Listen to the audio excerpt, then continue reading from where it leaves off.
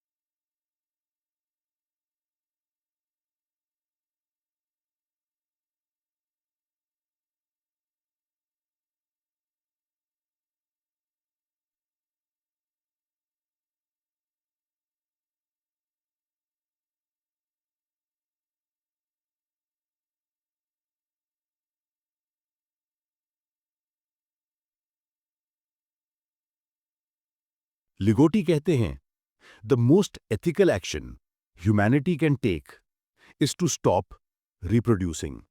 मतलब ह्यूमंस को voluntarily extinct हो जाना चाहिए। देखो रीजनिंग, लाइफ सफरिंग से भरी है, इनएविटेबल सफरिंग।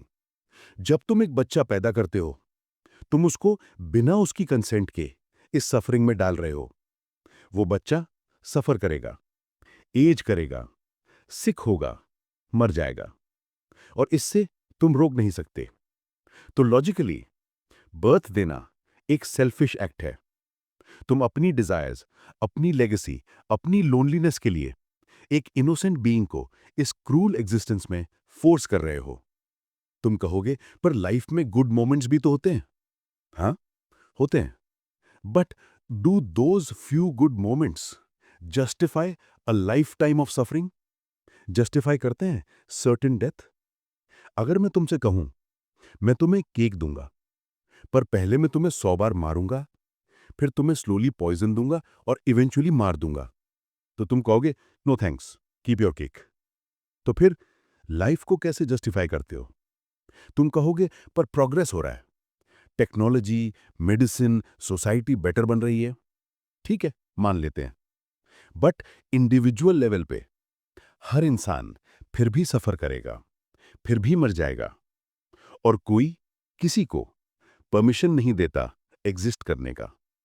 लिगोटी का कोल पॉइंट सिंपल है, नॉन एग्जिस्टेंस में कोई सफरिंग नहीं, नॉन एग्जिस्टेंस में कोई पेन नहीं, नॉन एग्जिस्टेंस में कोई प्रॉब्लम नहीं। तो एक बीइंग को एग्जिस्टेंस में लाना जहां गारंटीड सफरिंग है, जहां गारंटीड डेथ है, क्या ये एथिकल है? लिगोटी का आंसर नहीं। वो कहते हैं the kindest thing we can do for future generations is to not create them. मैं जानता हूं ये आइडिया एक्सट्रीमली अनकंफर्टेबल है, ये सोसाइटी के सबसे फंडामेंटल अजम्पशन को चैलेंज करती है, बट अगर तुम ऑनेस्टली, लॉजिकली, एथिकली सोचोगे तो क्या तुम इस आर्ग्यूमेंट को कंप्लीटली डिसमिस कर सकते हो? तो अब फाइनल क्वेश्चन, अगर ये सब ट्रूथ है तो अब क्या? How do you live knowing this? Ligotti कहते हैं once you see the truth you can never unsee it. ये एक अवेकनिंग है, लेकिन कंफर्टेबल अवेकनिंग नहीं है, ये डिस्टर्बिंग अवेकनिंग है। जब तुम ये फिलॉसफी जेन्युइनली अंडरस्टैंड कर लेते हो तो तुम्हारा पर्सपेक्टिव परमानेंटली शिफ्ट हो जाता है। तुम मोटिवेशनल कोट्स पे नहीं हंस सकते, तुम लाइफ इज ब्यूटीफुल पोस्ट पे आई रोल करते हो, तुम सोसाइटी के नैरेटिव्स को इजीली सी थ्रू करते हो, तुम रेड पिल ले चुके हो और ब्लू पिल वापस नहीं ले सकते। तो क्या ये डिप्रेसिंग सिर्फ है? क्या ये सुसाइडल बनाता है? नहीं, नॉट नेसेसरीली। देखो, लिगोटी खुद 70+ ईयर्स जीता, वो बुक्स लिखते रहे, क्रिएट करते रहे। तो clearly knowing the truth doesn't mean giving up. Actually ये ट्रूथ एक different way of living unlock करती है। जब तुम्हें पता है कुछ मैटर नहीं करता, तो तुम्हें किसी से प्रूव करने की जरूरत नहीं, तुम्हें इंप्रेस करने की जरूरत नहीं, तुम्हें सक्सेसफुल दिखने की जरूरत नहीं। तुम एक्सपेक्टेशन से फ्री हो, तुम सोसाइटी के प्रेशर से फ्री हो, तुम एग्जिस्टेंशियल एंजाइटी से पैराडॉक्सिकली फ्री हो, क्योंकि तुम गेम को समझ गए हो। और जब तुम गेम को समझते हो तो तुम डेलिबरेटली, कॉन्शियसली अपनी टर्म्स पे खेल सकते हो। लिगोटी ने हॉरर फिक्शन चूज किया, अपनी सफरिंग को, अपनी अवेयरनेस को आर्ट में कन्वर्ट किया। तुम अपना तरीका चूज कर सकते हो। क्रिएट करो, एक्सप्लोर करो, एक्सपीरियंस करो, not because it means something, but because तुम कर सकते हो। लिगोटी कहते हैं we are trapped in existence, but we can choose how we experience this trap. ये डिफीट नहीं है, ये एक्सेप्टेंस है। Acceptance of reality without delusion, without false hope. और सरप्राइजिंगली इस एक्सेप्टेंस में एक स्ट्रेंज पीस है, क्योंकि अब तुम लाइज पे नहीं जी रहे, तुम ट्रूथ पे जी रहे हो। Uncomfortable truth, dark truth, harsh truth, but truth.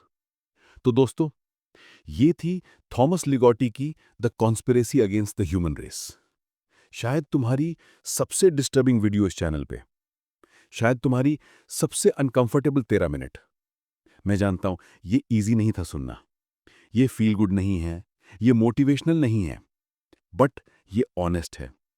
मैं खुद जब पहली बार ये बुक पढ़ी तो कुछ दिन अनईजी फील किया, क्योंकि इतने सारे अजम्पशंस चैलेंज हो गए।